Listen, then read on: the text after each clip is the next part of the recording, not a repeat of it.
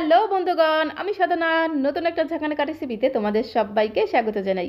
আজকে আমি তোমাদের সাথে শেয়ার করছি দারুণ টেস্টি আফগানি ডিমের কারি, যেটা গরম গরম ভাত, রুটি, পরোটা সব কিছুর সঙ্গে খেতে হবে অসাধারণ টেস্টি। ডিমের কারি তো অনেক রকমভাবে খেয়েছো, এইভাবে একবার মশলাদার ক্রিমি আফগানি ডিমের কারি বানিয়ে দেখতে পারো, খেতে অসাধারণ টেস্টি হয়। তো চলো দেখে নেওয়া যাক আজকের রেসিপি আফগানি ডিমের কারি। আফগানি ডিমের কারি বানানোর জন্য প্রথমে গ্যাসের ফ্লেমটা জ্বালিয়ে দিয়ে একটা কড়াই বসিয়ে দিয়েছি। আর কড়াইটা যখন গরম হয়ে গেছে, কড়াইতে দিয়ে দিলাম 3 থেকে 4 চামচের মতো সর্ষের তেল। তেলটাকে খুব সুন্দর করে একদম ঘোটানাটা করে কড়াইয়ের গায়ে লাগিয়ে নিতে হবে। এখন এর মধ্যে দিয়ে দিতে হবে পেঁয়াজ কুচি। দুটো বড় সাইজের পেঁয়াজকে এইভাবে একদম ঝিরিমিরি করে কুচিয়ে রেখেছিলাম। তো এখন এই ঝিরিমিরি পেঁয়াজটাকে দিয়ে একটু নেড়ে চেড়ে হালকা লাল করে ভেজে নিতে হবে। তো দেখো পেঁয়াজটাকে মিনিট খানেক একটু নেড়ে চেড়ে ভেজে নিয়েছি। এখন আমি এর মধ্যে দেবো 7-8 কোয়ার মতো রসুন, দিয়ে দেবো 3টে চেরা কাঁচা লঙ্কা। তবে তোমরা যে যেমন ঝাল খেতে পছন্দ করো এখানে সে অনুসারে ঝালটা অ্যাড করে দেবে। 1 ইঞ্চি মতো আদাকে খোসা ছাড়িয়ে এইভাবে একদম ঝিরিমিরি করে কুচিয়ে দিয়ে দিলাম। আর 8-10টার মতো দিয়ে দেবো কাজু বাদাম। এখন সমস্ত কিছুকে খুব সুন্দর করে একদম নেড়ে চেড়ে একটু ভেজে নিতে হবে।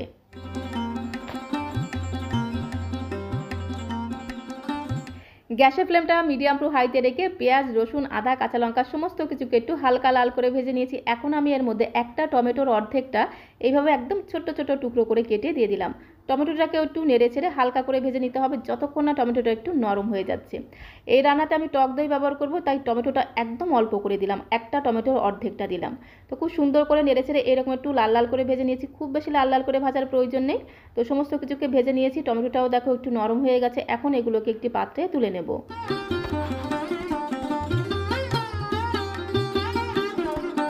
তো দেখো পেঁয়াজ, রসুন, আদা, কাঁচা লঙ্কা, টমেটোকে হালকা লাল করে ভেজে একটি প্লেটের মধ্যে নামিয়ে নিয়েছি। এখন এগুলোকে খুব ভালো করে ঠান্ডা করে নিতে হবে।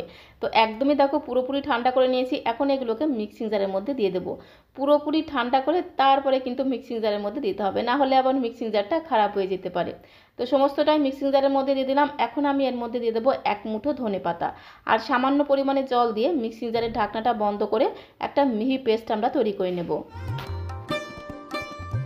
তো বন্ধুগণ, আজকের রেসিপিটি ভালো লাগলে প্লিজ একটা লাইক করে দিও, বেশি বেশি করে বন্ধু বান্ধবদের সঙ্গে শেয়ার করে দেওয়ার অনুরোধ রইল। নতুন বন্ধু হয়ে থাকলে অবশ্যই চ্যানেলটিকে সাবস্ক্রাইব করে দেওয়ার অনুরোধ রইল, যাতে যখন এরকম সুন্দর সুন্দর নতুন নতুন রেসিপি আপলোড করব সঙ্গে সঙ্গে নোটিফিকেশন আগে তোমার কাছে পৌঁছে যায়।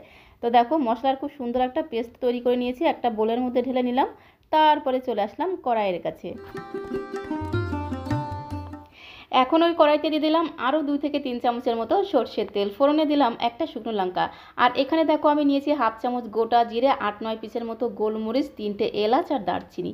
এগুলোকে তেলের মধ্যে ফোড়নে দেবো। তারপরে খুব সুন্দর করে ঘোটানাটা করে ফোড়নটাকে একটু ভেজে নেব। ফোড়ন থেকে যখন খুব সুন্দর একটা ভাজা গ্রান বেরোবে, তখন আমি এর মধ্যে সেই মিক্সিং জারে পেস্ট করা মশলাটা দিয়ে দেবো।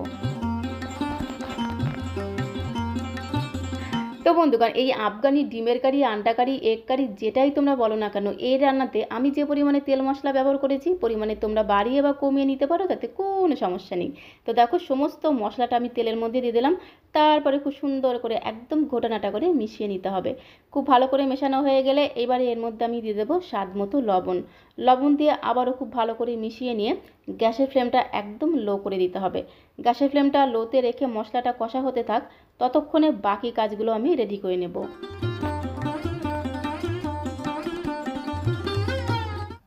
এখানে আমি নিয়েছি 6 পিস ডিম। ডিমগুলোকে আগে থেকে খুব ভালো করে সেদ্ধ করে খোসা ছাড়িয়ে রেখেছিলাম। এখন এই ডিমের গায়ে একটা ছুরি দিয়ে এভাবে একটু লম্বা লম্বা করে চিড়ে চিড়ে দেবো, তাহলে ডিমের মধ্যে সমস্ত তেল মশলা খুব সুন্দরভাবে ঢুকে যাবে আর ডিমটাও খেতে হবে দারুণ টেস্টি। তো এইভাবে কিন্তু একটা ছুরি দিয়ে ডিমের গায়ে একটু কাট কাট করে দিতে হবে। তো সমস্ত ডিমের গায়ে দেখো এইভাবে আমি একটু চিড় লাগিয়ে দিয়েছি। এখন এই ডিমগুলোকে ভেজে নিতে হবে, তার জন্য চলে আসলাম কড়াইয়ের কাছে। তো ওইদিকে মশলাটা কষানো হচ্ছে আর এখানে আমি একটা প্যান বসিয়ে দিয়েছি। প্যানের মধ্যে দিয়ে দিলাম 2 চামচ সরষের তেল। তেলটাকে খুব সুন্দর করে একদম ঘোটানাটা করে কড়াইয়ের গায়ে লাগিয়ে নিতে হবে। এখন তেলের মধ্যে আমি দিয়ে দেবো সামান্য পরিমাণে একটু হলুদের গুঁড়ো, দিয়ে দেবো সামান্য পরিমাণে একটু কাশ্মীরি লাল লঙ্কার গুঁড়ো, আর আমি এর মধ্যে দিয়ে দেবো লবণ। তো তেলের মধ্যে যদি এরকম একটু হলুদ আর কাশ্মীরি লাল লঙ্কার গুঁড়ো দিয়ে যদি ডিমগুলোকে ভাজা যায় না, ডিমের মধ্যে দেখবে কি সুন্দর একটা রং চলে আসবে, দারুণ একটা কালার চলে আসবে। তো এখন ডিমগুলোকে দিয়ে খুব সুন্দর করে নেড়ে ছেড়ে ডিমগুলোকে একটু লাল লাল করে ভেজে নিতে হবে। আর দেখো ডিমের কত সুন্দর একটা রং চলে এসেছে। তো এইভাবে কিন্তু গ্যাসের ফ্লেমটা মিডিয়াম টু হাইতে রেখে ডিম ভাজার অন্য সময় আমরা যেরকম ডিম রান্না করি ডিমটাকে একটু লাল লাল করে ভেজে নিই, ঠিক সেইভাবে কিন্তু ডিমটাকে একদম লাল লাল করে ভেজে নিতে হবে।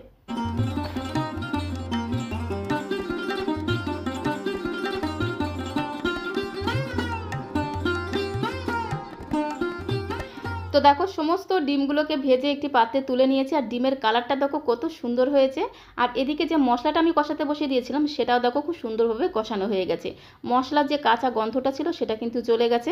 তো এখন আমি এর মধ্যে দিয়ে দেবো সামান্য পরিমাণে জল, সামান্য পরিমাণে একটু জল দেওয়ার পরে এর মধ্যে আমি সামান্য কিছু গুঁড়ো মশলা অ্যাড করে দেবো। তো প্রথমেই আমি দিয়ে দিলাম পরিমাণ মতো হলুদের গুঁড়ো, 1 চামচের 3 ভাগের 1 ভাগ জিরের গুঁড়ো, 1 চামচের 3 ভাগের 1 ভাগ ধনিয়া গুঁড়ো, আর খুব সুন্দর একটা কালারের জন্য দিয়ে দেবো কাশ্মীরি লাল লঙ্কার গুঁড়ো। এই কাশ্মীরি লাল লঙ্কার গুঁড়োতে কিন্তু ঝাল হবে না, খুব সুন্দর একটা রং হবে। তো তোমরা যদি ঝাল লঙ্কার গুঁড়ো খেতে পছন্দ করো তাহলে ঝাল লঙ্কার গুঁড়ো দিতে পারো, তাতে কোনো সমস্যা নেই। সমস্ত গুঁড়ো মশলা দিয়ে খুব সুন্দর করে মিশিয়ে নিতে হবে। তারপরে এর মধ্যে দিয়ে দিতে হবে 3 চামচ ফ্যাটানো টক দই। তো আমি 3 চামচ ফ্যাটানো টক দই দিয়েছি, তখন আমি স্কিপ করে গেছি, তোমাদের দেখাতে পারিনি। তো তোমরা অবশ্যই কিন্তু 3 চামচ ফ্যাটানো টক দই দিয়ে এইবারে মশলাটাকে খুব ভালো করে কষিয়ে নিতে হবে। তো খুব সুন্দর করে নেড়েচেড়ে দেখো মশলাটাকে কষিয়ে নিয়েছি, মশলা থেকে তেল ছাড়তে শুরু করেছে, আর দেখবে কি সুন্দর একটা ঘ্রাণ তোমরা পাবে। এই সময় এর মধ্যে আমি দিয়ে দেবো 1 চামচ ফ্রেশ ক্রিম। তো এখানে দেখো 1 চামচ ভর্তি দিয়ে দিচ্ছি ফ্রেশ ক্রিম। ফ্রেশ ক্রিমের বদলে তোমরা দুধের সরও দিতে পারো, নাও দিতে পারো। তো আমি এখানে 1 চামচ ভর্তি করে ফ্রেশ ক্রিম দিয়ে দিলাম। দিয়ে দেবো এখানে একটু দেখো গোলমরিচের গুঁড়ো, তোমরা যারা গোলমরিচের গুঁড়ো খেতে পছন্দ করো অবশ্যই একটু গোলমরিচের গুঁড়ো দিয়ে দেবে। একটু শাহি গরম মশলার গুঁড়ো দিয়ে দিলাম, স্বাদ মতো চিনি দিয়ে দিলাম, আর কিছুটা কাসুরি মেথি 2 হাতের তালুতে রেখে এইভাবে একটু ঘষে দেবো, তাহলে খুব সুন্দর একটা ফ্লেভার হবে। এখন এই সমস্ত কিছু দিয়ে আবারও মিনিট 2 খুব ভালো করে একটু কষিয়ে নেব। তো বন্ধুগণ, একঘেয়েমি ডিমের ঝোল খেতে খেতে যখন আর ভালো লাগবে না তখন একদম ঝাঁকানাকা করে মানে ঝটপট করে বানিয়ে নাও আফগানি ডিমের কারি, আন্ডা কারি অথবা এগ কারি। শুধু গরম গরম ভাত নয়, রুটি, পরোটা, লুচি, এমনকি ফ্রাইড রাইসের সঙ্গে খেতেও কিন্তু দুর্দান্ত লাগে। তো মশলাটাকে খুব ভালো করে কষিয়ে নিয়ে এর মধ্যে দিয়ে দিতে হবে পরিমাণ মতো গরম জল। তো আফগানি ডিমের কারিটা আমি একটু গ্রেভি রাখতে চাইছি, তাই সেই পরিমাণে জল দিয়ে দিলাম। তোমরা যদি আরও একটু ঝোল ঝোল রাখতে চাও তাহলে জলের পরিমাণটা আরেকটু বাড়িয়ে দেবে। খুব ভালো করে মিশিয়ে নিয়ে তারপরে এর মধ্যে ভেজে রাখা ডিমগুলোকে দিয়ে দিতে হবে। তো সমস্ত ভেজে রাখা ডিমগুলোকে ঝোলের মধ্যে দিয়ে ঝোলের সাথে ডিমগুলোকে খুব ভালো করে মিশিয়ে নিতে হবে। তারপরে ধামাচাপা দিতে হবে, মানে ঢাকনাটা বন্ধ করে গ্যাসের ফ্লেম মিডিয়ামে রেখে 4 থেকে 5 মিনিট সময় ধরে রান্না করে নিতে হবে।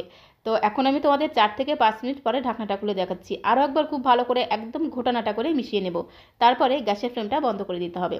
তো দেখো গ্যাসের ফ্লেমটা বন্ধ করে দিলাম, আর আফগানি ডিমের কারি কিন্তু একদমই রেডি হয়ে গেছে। এইভাবে তোমরা একবার ডিমের কারি রান্না করে খেয়ে দেখতে পারো, গরম গরম ভাতের সাথে খেতে যেমন দারুণ লাগে, গরম গরম রুটি, পরোটা, ফ্রাইড রাইসের সঙ্গে খেতেও কিন্তু দুর্দান্ত লাগে। এখন একটি প্লেটের মধ্যে আমি এটাকে সার্ভ করে দেবো। তো বন্ধুগণ, আজকের এই আফগানি ডিমের কারি রেসিপিটা তোমাদের কাছে কেমন লেগেছে কমেন্ট বক্সে অবশ্যই লিখে জানিও। ভালো লাগলে প্লিজ একটা লাইক করে দিও, বেশি বেশি করে বন্ধুবান্ধবদের সঙ্গে শেয়ার করে দেওয়ার অনুরোধ রইল। নতুন বন্ধু হয়ে থাকলে অবশ্যই চ্যানেলটিকে সাবস্ক্রাইব করে দেওয়ার অনুরোধ রইল। রেসিপিটি ভালো লাগলে অবশ্যই একবার ট্রাই করে দেখতে পারো, আশা করি তোমাদেরও ভীষণ ভীষণ ভালো লাগবে। তো আজকের মতো এই পর্যন্ত, সবাইকে অসংখ্য ধন্যবাদ।